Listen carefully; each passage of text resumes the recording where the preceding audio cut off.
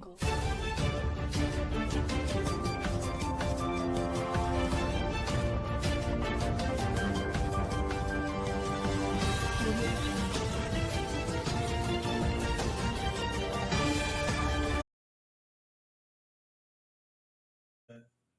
शुभ अवसर पर आप सभी पत्रकार बंधुओं का हार्दिक अभिनंदन है, स्वागत है और हृदय की गहराइयों से आप सब के लिए वर्ष 2023 मंगलमय हो और तरक्की भरा हो। तरक्की आप लोगों के कदम चूमे। इसी शुभकामना के साथ आज का जो प्रेस वार्ता रखा गया है, इसमें श्री देवालय संघ एक सामाजिक और धार्मिक एक संस्था है जो कि देश में व्याप्त कुरीतियों और राक्षसी वृत्ति को समाप्त करने के लिए देश के युवाओं, छात्रों और आम जनमानस के लिए शक्तिशाली कैसे बने एक योजना मंथन के रूप में चला रही है। उस कार्यक्रम का मुख्य उद्देश्य है कि मंदिरों में प्रत्येक सप्ताह एक वार्ता के रूप में काम करेगी और यह विचारधारा जिस तरह से संस्था के चेयरमैन और मार्गदर्शक आचार्य श्री देवश्री श्री वेद प्रकाश जी, जो कि काफी वर्षों से चिंतन मंथन के बाद इस विचार पर पहुंचे हैं कि हम लोग किस तरह से देश में संस्कार और संस्कृति के उत्थान और इसके संवर्धन के लिए कार्य करें। इनके बारे में बहुत संक्षिप्त में परिचय देते हुए बताऊंगा कि विश्व की सबसे बड़ी ऑर्गेनाइजेशन जो कि जापान से संचालित है, इनके बारे में बताया कि बौद्धिक क्षमता डेमोग्राफी एक विधा होती है जिसमें अंदर जांच। मोहम्मद पैगंबर हैं, उन्होंने कैसे सरकार से बदला भाई, समाज को बदल दिया। गुरु नानक देव ने समाज को बदल दिया, ईसा मसीह ने समाज को बदल दिया, चाहे अपनी जान देनी पड़ी उनको। समाज में बदलाव सरकार नहीं लाती, समाज में बदलाव तो आप जैसे महानुभाव ही लाते हैं जो मिलकर चल पड़ते हैं। तो ऐसे कार्यक्रम होंगे सर, आपने जैसे एक हफ्ते बाद मंदिरों में ऐसे कार्यक्रम होंगे, तो ये कार्यक्रम क्या सिर्फ मंदिरों में ही होंगे? नहीं, मैंने पहले कहा सामाजिक मंदिर में, मस्जिद में, गुरुद्वारे में, घर में, धर्मशाला में। मैं कहता हूँ अपने संस्कृति रक्षकों को, संस्कृति नायकों को जहाँ स्थान मिलता हो 20 लोग, 25 लोग, 5 लोग बैठिए, चर्चा कीजिए इसके ऊपर। प्रति सप्ताह के हमें शक्तिशाली बनना अति आवश्यक है। इसके बिना राक्षसी वृत्ति के लोग काबू में नहीं आएंगे। संस्कार संस्कृति की आवश्यकता है, बिना संस्कार और संस्कृति के अपने प्रेम भाव नहीं बढ़ेगा हमारे अंदर, ये हम कहते हैं। राक्षसी वृत्ति के लोग जो है जेलों में भरे पड़े हैं, तो क्या आप वहाँ भी सम्मेलन करेंगे आगे? हम बचाएंगे। मैं पहले क्योंकि वहाँ ज्यादा जरूरत है, आज से क्योंकि बहुत सारे राक्षसी वृत्ति के लोग हैं वहाँ पर। मैं आज से 10 साल पहले तिहाड़ जेल में जाया करता, मेरे पास कार्ड बना हुआ था तिहाड़ जेल के उसका, और मैं वहाँ पे लोगों कैदियों को बताया करता कि आप लोग साबित दोषी नहीं हो। गलती किसी से अनजाने में भी हो जाती है, स्वाभाविक रूप से बहुत कम लोग जो है गलत होते हैं, कई बार हालातवश हो जाते हैं, गुस्से में हो जाते हैं। मैं उनको गाइड करने लगातार 6 महीने जाता रहा हूँ, और अब मैं भी दोबारा भी हम कोशिश करेंगे अवश्य रूप से। मैं मंदिर भी जाऊँगा, मस्जिद भी जाऊँगा, मैं सबसे बात करेंगे, क्योंकि मेरा तो सिर्फ राक्षसी वृत्ति वालों से मतभेद है। आज मुझे कोई पूछे देश में सबसे बढ़िया इंसान कौन है, कौन हुए हैं, अगर हम इतने बड़े बन गए, शक्तिशाली बन गए, तो शायद समझ जाएंगे। लोग बड़े को फॉलो करते हैं, क्योंकि उनको समझाना जरूरी है पहले, क्योंकि उनके पास तो काफी लोग आते हैं। उनको समझाएंगे तो उन्हें जाएंगे हम लोग। हम पहले अपने आप कुछ उस लायक तो बना समझा पाए उनको। आज किसी बड़े को समझाने लायक में बड़ा बन तो जाऊँ कुछ में। तो सर, इस कार्य के लिए इस कैसे लोग चयनित करेंगे? सिर्फ हिंदू धर्म से या सभी धर्मों में जाके ऐसे? मैं सबको कहा, मैं मस्जिद में जाने को बात करने के लिए प्रोग्राम बना रहा हूँ। हिंदू, मुस्लिम, ईसाई, कोई भी धर्म का हो, वो धर्म के है ही नहीं। जो अपने को हिंदू कहता है वो धार्मिक कैसे होगा? जुड़ गया अपने आप से। धर्म तो मानवता की बात है, धर्म तो मानवता की बात है। जो अपने को इंसानियत से जोड़ता है, मानवता में केवल मानव नहीं आता, पेड़ पौधे भी आ जाते हैं, पशु भी आ जाते हैं, क्योंकि मानवता की बात कर रहे हैं। तो देवालय की स्थापना क्यों की गई? एक विचार सबके मन में आता है कि सभी सुखी हो, ये आप सभी चाहते हैं। वास्तव में इंसान जो है अंदर से सब चाहते हैं सभी सुखी हो।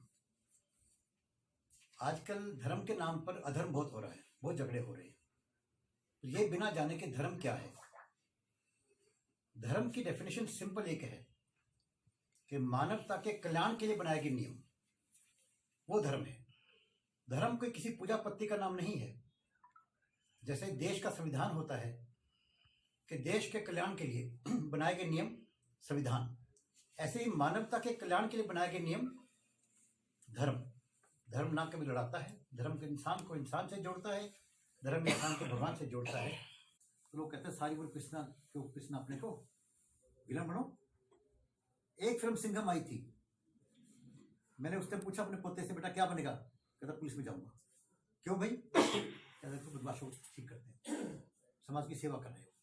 मैंने रिक्वेस्ट की थी उनसे, फिल्मों में ऐसा कीजिए कि कुछ समय के लिए हीरो पीछे, बाकी समय विलन पीछे। उसके परिवार के बच्चे परेशान हों कि मेरे पापा ने, मेरे दादाजी ने गलत काम किया था, मैं आज तक भुगत रहा हूँ, तो लोग विलन बनना बंद कर देंगे। ये बिल्कुल ठीक कहा आपने कि समाज के अंदर जो फिल्में हैं ये बहुत बड़ा काम कर सकती है, अच्छा करने के लिए बहुत बड़ा काम कर रही हैं, बिगाड़ने के लिए। तो सर आपको ये प्रेरणा कहाँ से मिली? ये आप कोई आपके साथ इंसिडेंट या कोई ऐसा? भगवान की कृपा से, जैसे मैंने कहा 6 साल से मैं गीता पढ़ रहा हूँ, 20 पुस्तकें पढ़ चुका हूँ मैं। जो पढ़ते हैं आप उसके बाद विचार करते हैं तो कहते हैं आकाशवाणी होती है, आपके मन को भी आकाशवाणी सुनेगी। आपने जो नहीं पढ़ा होगा, नहीं सुना होगा, नहीं देखा होगा, अगर भगवान का नाम का ध्यान करेंगे आप, आपको मिल जाएगा। आज सब बैठे तो मैं आपको भगवान का ध्यान करने का भी एक बड़ा सुंदर मंत्र बता देता हूँ। भगवान का ध्यान करने से क्या होता है? आत्मबल बढ़ता है आदमी का। भगवान से जुड़ने का ढंग बता देता हूँ आपको मैं। जैसे कि अपना साइंस क्या देखते हुए बीमार हो तो उसके अंदर तक जाती है कि किस कीटाणु के कारण बीमार हुआ। ये कीटाणु मलेरिया का है, कोरोना का है, टाइफाइड का है, उसका इलाज करती है। इंसान का कहाँ पर बेस है? आमतौर पे हम 5 तत्व कहते हैं, पृथ्वी, जल, अग्नि, वायु, आकाश। वास्तव में 8 तत्व हैं। इन 5 तत्व से व्यक्ति पूरा नहीं होता, इंसान पूरा नहीं होता। और इनका क्रम है, पृथ्वी जल से बनी है, जल अग्नि से बना है, अग्नि वायु से बनी है, वायु आकाश से बना है, 5 आकाश शब्द से बना है। शब्द एक मूल तत्व है, इन 5 में नहीं है। और शब्द मन से बना है। मन भी सब जानते हैं कितना शक्तिशाली है, सबके अंदर है। लेकिन कोई वैज्ञानिक, दिमाग तो खोज लिया, दिल खोज लिया, मन कहाँ पर है, कितना बड़ा है, किस रंग का है, कोई साइंस नहीं बता पाई। और मन बना अहम से, मैं से।